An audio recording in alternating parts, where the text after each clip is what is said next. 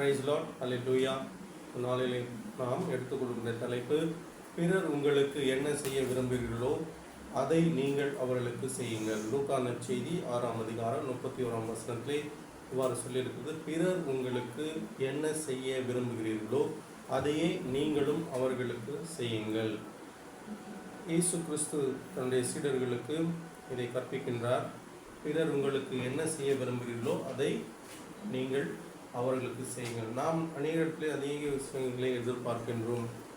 ஒவ்வொருவரும் நாம் வாழ்கின்ற சூழ்நிலையிலே, வாழ்க்கை சமுதாயத்திலே நாம் பிறரிடத்து அநேக எதிர்பார்ப்புகளை எதிர்பார்த்து நாம் வாழ்ந்து கொண்டிருக்கிறோம். வாழ்க்கை என்பது ஒரு எதிர்பார்ப்பில் வாழ்வதாக இருக்கின்றது. கணவனை அன்பு செய்ய வேண்டும், மனைவி நினைக்கிறார் கணவனை அன்பு செய்ய வேண்டும், கணவன் நினைக்கிறார் மனைவியை அன்பு செய்ய வேண்டும், பிள்ளைகளின் அன்பு செய்ய வேண்டும், பிள்ளைகள் பெற்றோர்களின் அன்பு செய்ய வேண்டும் என்று சொல்லி பிறரிடத்திலிருந்து நாம் அன்பை எதிர்பார்க்கிறவர்களாய் வாழ்ந்து கொண்டிருக்கிறோம். ஆனால் இயேசு இந்த இறை வார்த்தையின் வழியாக நமக்கு சொல்வது என்னவென்றால், பிறர் உங்களுக்கு என்ன செய்ய விரும்புகிறீர்களோ அதை அவர்களுக்கு செய்யுங்கள். பிறர் நமக்கு தீமை செய்வதை நாம் எப்போதுமே விரும்புவதில்லை.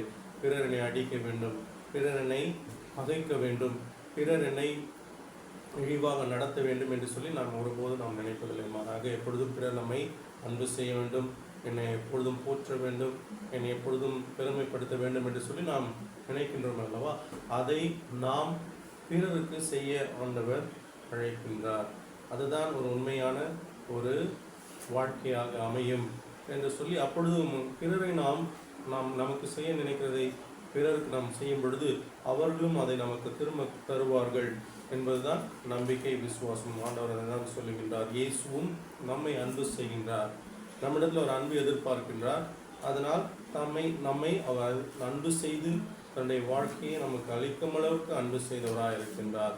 அதை அவர் மேற்கோள் காட்டி, தன்னுடைய வாழ்க்கையை அவர் மேற்கோள் காட்டி இந்த வசனத்தை சொல்லி அவர் நமக்கு சொல்ல விரும்புவது, நாம் பிறரிடத்தில் அன்பை எதிர்பார்ப்பது போல நாமும் மற்றவர்களுக்கு அன்பு செய்வர்களாக இருக்க வேண்டும் என்று சொல்லி